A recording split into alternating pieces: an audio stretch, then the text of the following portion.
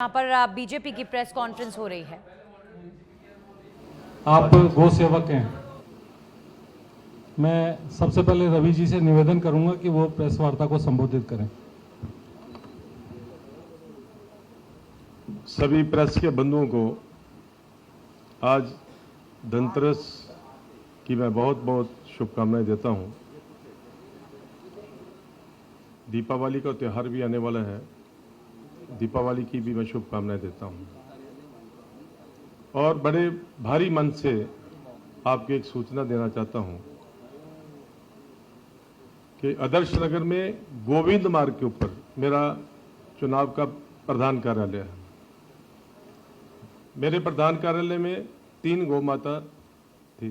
जब मेरे को प्रधान कार्यालय मिला तो जिनका वो भवन था, उन्होंने कहा कि रवि जी, ये गौ माता है 3 में, हमारे गार्ड रहते हैं यहाँ पे, हम गौ माता को कहीं और भिजवाते हैं। मैं क्या, मेरे लिए बहुत अहोभाग्य है कि मैं रोज सवेरे गौ माता, आप सबको पता है कि मैं कई वर्षों से, मेरा पूरा जीवन गौ सेवा के लिए लगा हुआ है। मैं क्या, ये तो गौ माता की कृपा हुई कि ये गौ माता यहाँ पे, अब वो मेरे को प्रधान कार्यालय मिल रहा है, ये गौ माता यहाँ से नहीं जाएगी। 3 दिन से कार्यालय चल रहा था।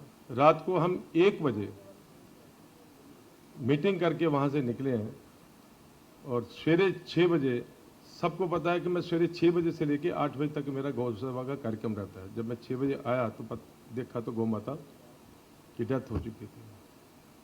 मैंने अपने मित्रों को फ़ोन किया, नगर निगम में फ़ोन किया, गाड़ी मंगवाई, 5 बत्ती भी लेके गए। डॉक्टरों ने बोला कि गौ माता तो शहीद हो चुकी है। बंधुओं, हमारी सनातन संस्कृति के अंदर गाय को हम अपनी माँ मानते हैं। माँ क्यों मानते हैं?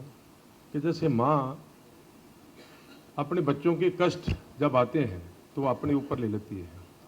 हमारी हिंदू संस्कृति के अंदर ये कहा जाता है कि 33 करोड़ देवी देवताओं का वास गौ माता के अंदर है। और आज धनतेरस वाले दिन, और सबको पता है कि धनतेरस वाले दिन राजा पार्क की सजावट होती है तो उसका थीम ही गौ माता होता है। और शाम को मैं गौ माता की पूजा करता हूं तो 3 गौ माता की हत्याएं हो गई। वो स्वाभाविक डेथ नहीं है। मैं इसलिए कह रहा हूं कि जिस दिन से मेरा सिंबल मिला है, पहले मेरी गाड़ी के कांच तोड़े जहां पोस्टर लगे हुए थे, फिर हमारे पोस्टर बोर्ड होर्डिंग लगे हुए थे सारे जला दिए, तोड़ दिए, उठा दिए। कल की घटना है, मेरे प्रधान कार्यालय के सामने एक तेज गाड़ी से गति से आती हुई, मेरे पास वीडियो है, 2 नौजवान थे, वहां से निकले कार्यालय से, उनको टक्कर मारती चल गई, उसकी टांग के 2 टुकड़े हो गए। मेरे सबने कहा कि मुकदमा दर्ज कराओ, एफआईआर। मैं क्या, अपने पास मात्र 15 दिन का समय है। गैया मैया ने जी मेरे को टिकट दिया और नैया भी वो पार के, ये पागल हो गए, ये वहशी हो गए, ये सनातन को खत्म करने के लिए तुले हुए हैं। गैया मेरी रक्षा करी, चुनाव अपना उठ गया, अपने जीत रहे हैं। अपना जो 4-5 लाख रुपए का नुकसान कर देगा, कोई अपने को वार नहीं करना, ना इनका बोर्ड फाड़ना है। रात को 1 बजे मैं घर गया हूं, गौ माता पे वहीं पे थी, और सवेरे 6 बजे गौ माता मृत मिली। 3 गौ माता, एक वहां है, एक वहां है, एक वहां, तीनों अलग अलग कोने में एक ही जैसी स्थिति में पड़ी हुई। सवेरे मेरे समझ नहीं आई, मैंने कहा जी बेहोश हो गई, कुछ ना कुछ कई बार हालत है, मूर्छित हो जाती हैं। जब डॉक्टरों ने सवेरे बोला कि इनको खत्म हुए 3 घंटे हो गए, तो मेरे पैरों से जमीन निकल गई। सुबह से पानी का घूंट भी अंदर नहीं गया।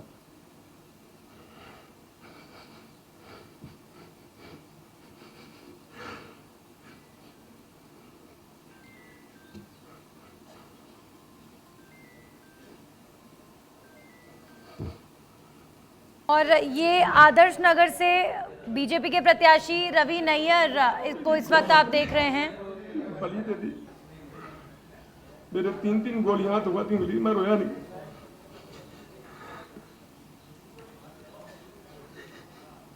मेरे को तोड़ दिया। मैंने तो पार्टी से टिकट नहीं मांगी थी, पार्टी ने सर्वे के आधार पे मेरे को टिकट दी कि गौ सेवक है, समाज सेवी है। अरे मेरे पे गोली चलाते, मेरे को मारते थे, मेरी मां को मार दिया। मेरे को पूरा यकीन है इस व्यभिचारी ने, मेरे को पूरा यकीन से मैं कह सकता हूं, मेरे को पूरा शक है कि मेरे जो प्रत्याशी है, सनातन विरोधी है, ये उसका हाथ है। जांच होनी चाहिए। पूरा बोर्ड बैठना चाहिए। गौ माता जो गवर्नमेंट का हॉस्पिटल है वहीं पे है, मैंने पोस्टमार्टम नहीं कराया। मेरी मांग है कि राजस्थान सरकार या सेंट्रल सरकार स्पेशल बोर्ड बनाए। इतनी तंदुरुस्त गौ माता जो दूध दे रही हैं, बछड़ा है एक साथ में उनका, वो धनतेरस वाले दिन उनको शहीद कर, मेरे को मारो, गोलियां कितनी मारनी है, मैं टूटा नहीं आज तक। आप सबको पता है कि समाज सेवा करता हूं, मेरी आंखों पे कभी आंसू नहीं निकलते। आज मेरी मां की हत्या हो गई। इनको कड़ी से कड़ी सजा मिलनी चाहिए। आपने देखा 2 महीने पहले एक विशेष समुदाय के लोगों का आपस में एक्सीडेंट होता है और फोन करके हमलावरों को बुलाया जाता है, और आत्मरक्षा के अंदर 10-15 लोग जब लड़ते हैं तो पता नहीं चलता कौन किसके मारता है, कौन किसके मारता है, बलवा बोलते हैं उसको। उस परिवार के ऊपर हत्या का मुकदमा दर्ज है और 10 परिवार के मेंबर जेल में हैं, और जो सरिया लेके आया था उसको आप 51 लाख मत समझिए, उसको लगभग 2 करोड़ रुपए की सहायता दी है। 2 करोड़ रुपए, 51 लाख रुपया सरकारी थड़ी, सरकारी नौकरी, बच्चियों की शादी के लिए पैसा और 50 लाख रुपए का बीमा। 2 करोड़ रुपए की 5 साल के अंदर लगभग हजारों बेगुनाह लोग मारे गए। कितने को इस राजस्थान सरकार ने पैसे दिए हैं। इस लुटेरी सरकार के अंदर ऐसे ऐसे दुष्कर्मी बैठे हैं। अरे मेरी गौ माता को ले गए। मैं सवेरे रो रहा था कि मैं टिकट क्यों ले ली।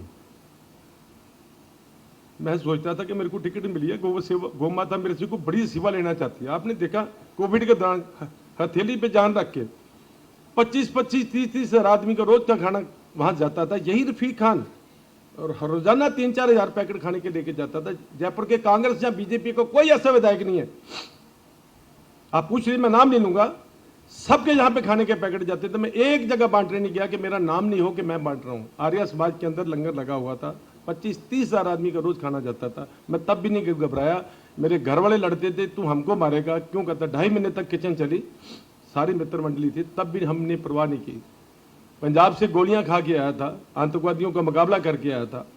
यहां से अपना जीवन मैंने एक छोटे से आइसक्रीम पार्लर से स्टार्ट किया। आप सब जानते हैं, पत्रकार बंधु, सामाजिक क्षेत्र में अपना नाम कमाया, अपने परिवार को खड़ा किया। कोई जयपुर में ये नहीं कह सकता, रेलवे स्टेशन से उतर के रिक्शा वाले को बोल दो रवि नगर के जाना, वहां पहुंच जाते हैं। एक व्यक्ति बता दे कि मैंने कभी किसी को धमकाया हो, किसी को कूटा हो, बदमाश। हाँ, कोई बदमाश मेरे पास आ गया तो उसको मैंने छोड़ा नहीं, ये बाजार के अंदर किसी ने बदमाशी की हो तो, मगर मैंने कभी अन्याय अत्याचार नहीं किया। मगर राजस्थान की ये सरकार, गौ माता इसको माफ नहीं करेगी। और मैं आपको बता दूं, सन 66 में इंदिरा गांधी ने गौ रक्षकों के ऊपर, गौ सेवकों के ऊपर और गौ माता के ऊपर गोली चलाई थी। क्या हशर हुआ उसके खानदान का। पल्ले पड़ गया एक पागल जो खत्म करने को आया कांग्रेस। ये उसी के वंशज हैं जो गौ माता को मार रहे हैं। मेरे को पूरा यकीन है इसकी जांच होनी चाहिए। अगर जांच नहीं हुई तो 15 दिन में राजस्थान में हमारी सरकार बनने वाली है। इसकी जांच करवाएंगे। और सरकार ने अगर गौ माता को इंसाफ नहीं दिया तो मैं जब मुख्यमंत्री जी को जो कहना चाहता हूं, मुख्यमंत्री जी आपके राज में आपके। और चलिए अब आपको लेकर चलते हैं, और चलिए अब आपको एक बार फिर से बीजेपी की प्रेस कॉन्फ्रेंस में लेकर चलते हैं। हवा महल से बीजेपी प्रत्याशी बाल मुकुंद आचार्य क्या कुछ कह रहे हैं, सुनिए। संपूर्ण क्षेत्र का कचरा उस मंदिर में ही रखा है, और उस कचरे में जो अवशेष आप देखेंगे तो आपकी आत्मा कांप जाएगी। बहुत से लोगों ने देखा भी है। नॉनवेज भी है, कुछ गंदे सने कपड़े भी हैं जो नहीं कहने के हैं, और दुनिया भर की गंदगी तरह तरह की वहाँ व्याप्त है। रामगंज क्षेत्र में एक नाथ जी की बगीची थी। उस बगीची में लगभग 7 बीघा भूमि थी। नाथ जी महाराज को जिहादियों ने जलाकर मार दिया, और उस भूमि में आधी बीघा भूमि बची है। बाकी जो भूमि है उस पर अतिक्रमण हो चुका है। वहाँ एक शिव मंदिर है, वो गायब है। 3 संतों की छतरी थी, वो गायब है। और संतों की कुटिया थी वे टूटी फूटी खंडर पड़ी है, और जितनी भूमि बची है उस पर कचरे का ढेर पड़ा है। और आपको मैंने कहा है मैं 100 दिखाऊंगा, मेरा चैलेंज के साथ का है 100 दिखाऊंगा, इसी परकोटे, इसी अप्रकाशी, इसी जयपुर में दिखाऊंगा। अब 100 नहीं लगता है 200 दिखाऊंगा। इसी प्रकार से हवा महल विधानसभा में दशहरे के दिन 2 बालक, आप दोनों भाई खंडेलवाल समाज के बच्चे, दशहरे का मेला देखकर जब आ रहे थे तो 25 जिहादियों ने पकड़ा, उनसे जानबूझकर विवाद किया और उन्हें इस तरीके से मारा कि कोई नुकीली चीज यहां घुस गई, उस पार निकल गई, ये हिस्सा सूज गया और मवाद पड़ गई। मेरे पास फोन आया, गलता गेट थाने पे जाने का मैंने उन्हें अनुरोध किया, मेरे कहने से हिम्मत करके वो गए तो वहां उन्होंने खाली कागज पे अधिकारी महोदय ने साइन करवाया और उन्हें कहा कि हम रिपोर्ट दर्ज करके कार्रवाई करते हैं, इसकी जांच करते हैं, तुम जा सकते हो। वे किराए के मकान में रहने वाला गरीब आदमी, उसकी मां सिलाई करके पेट भरती है, वह पुलिस से भयभीत था तो वो अपने वापस आ गया। दूसरे दिवस मैंने पूछा क्या कार्रवाई हुई, तो मैंने जब पेपर उसका फोटोकॉपी मांगा तो बोले उन्होंने दिया नहीं। मैंने किसी माध्यम से मंगवाया तो जो जो बातें उन्होंने बोली वो उसमें लिखी नहीं।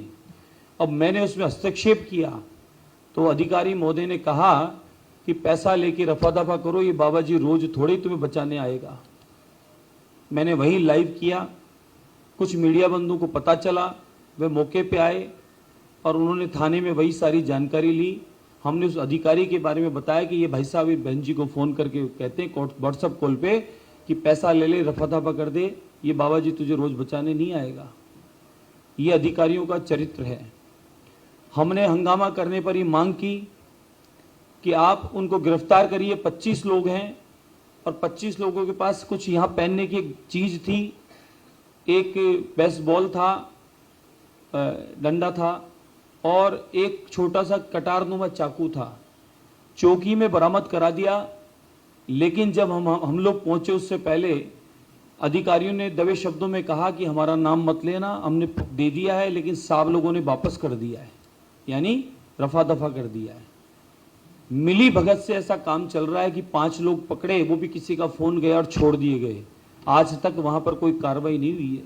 ये बीच में चुनाव आ गया, व्यस्तता बढ़ गई, लेकिन मुद्दे समाप्त नहीं हुए अभी। बहुत सारी ऐसी विधानसभाएं हैं जिनमें ऐसे कांड चल रहे हैं, 5 साल में हुए, लेकिन 3 विधानसभाओं का रिसर्च है मेरे पास पूरा। मैं तीनों विधानसभाओं में अभी भी यहीं से कहता हूं आपको, तीनों विधानसभाओं में ले जाके मौके पे दिखा सकता हूं। आप अभी मैं बोलूंगा तो आप लोग कहेंगे कि चुनावी टाइम है इसलिए आप नहीं इसको भुना रहे हो। नहीं भुनाते, नहीं बोलते। हम सरकार में आने के बाद इस विषय पर हम काम करते, लेकिन आज बोलना पड़ा जब गौ माता की हत्या हुई और रवि जी का जब पता चला मुझे कि इन्होंने आज जलपान नहीं किया और उस बात से व्यथित थे, ईमानदारी से दुखी हैं।